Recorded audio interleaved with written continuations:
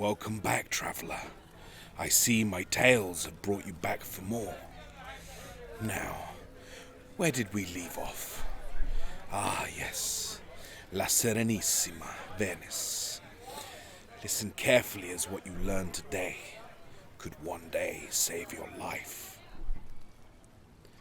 Some claimed that Venice was touched by God, others that La Serenissima had the devil for protector. A combination of geographic and mystical forces combined to leave the city almost undamaged. Located on the northern extent of the rent in the sky, Venice was suddenly propelled from failing city-state to jewel in the Mediterranean. Most importantly, the creeping slovenliness that had assailed its fleet masters in past years turned to advantage. More than half of the Venetian fleet had survived the catastrophe, including most of its military vessels. Some have attributed Venice's survival to divine intervention, while others believe it is because of the city's historically cosmopolitan nature in welcoming creeds of all kinds from across the globe. However, it was far from untouched by the rent in the sky. Venice became a focal point for the magic that now seeped into the world. Few agree on what the rent looks like. For some, it's barely visible. To others, a festering wound on the heavens that burns into their thoughts even as they sleep. The transcripts of the doctors at the Ospedale San Servolo record the ravings of their inmates, speaking of other worlds reflected in the grinning maw where impossible beings gaze covetously at the world of humans. The rent's power waxes and wanes, robbing many of sleep. Its illumination reflects strangely from the canals and sea, seeming to come from beneath the waves. The not night has given rise to a true 24-hour culture. The nobility seem to have embraced this new style of life the most, with their mascheratas reaching new heights of debauchery and frequency. As I'm sure you have noticed, the city has a different character at night. Unlike the blemish beneath the gilded mask, its true nature comes to the fore.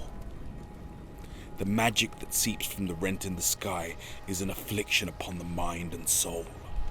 A continual miasma of mystical power falls upon all, saint and sinner, noble and peasant, exaggerating their hate and love, driving them to a slow but inevitable madness of passion.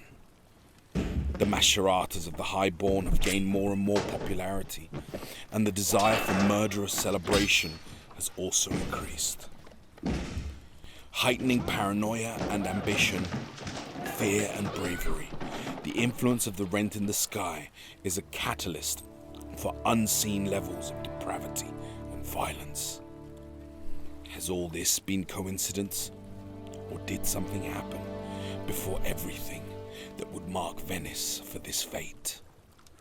Ser Giorgio Tiziano, a rich and eccentric patron of expeditions and archaeological digs, was a unique individual. While his contemporaries wagered their treasuries on exploring the interior of Africa or delving into the secrets of the Far East, he was convinced that he could find a far older civilization and religion, a proto-belief buried beneath those of the major world religions.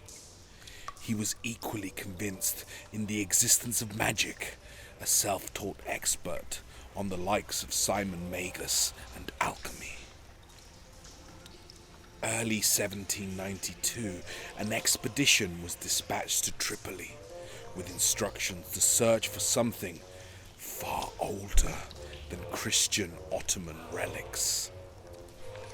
Eventually, among tombs and old libraries ransacked by generations past, they came upon an old grave inscribed with Templar symbols.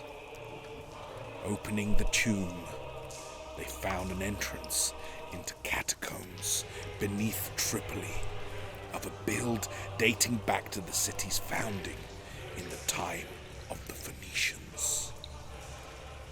Among centuries-old, half-flooded tunnels and chambers, they came upon a statuette situated alone upon a crumbling altar, depicting a grotesque being, much like a Bactrian, with a preponderance of tentacles, crudely shaped but disturbing. Not metal, nor stone, nor clay, all who looked upon it grew uneasy.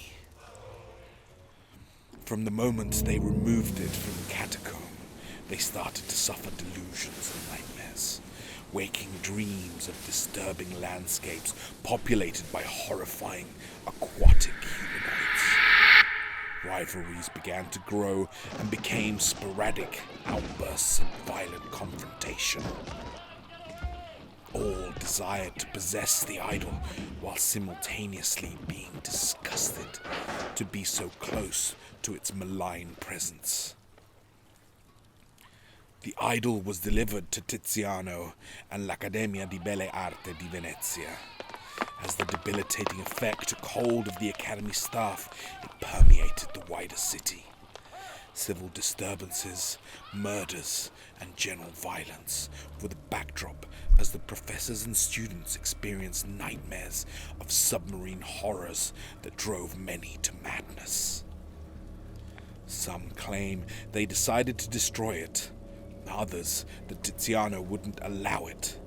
But what we do know is the idol shattered of its own accord, the pieces melting, becoming a thick substance that ran into the cracks of the floor of the Academy, and then to the flagstones of Venice itself, almost as if it had never existed. And so it was in the minds of Venetians. The ill temper of the previous month attributed to unseasonably dry and warm weather. This was the first incursion of those beyond that would be followed up with benevolence in the form of the Church of Dagon. Come back soon and I will tell you of these saviors for some and nightmares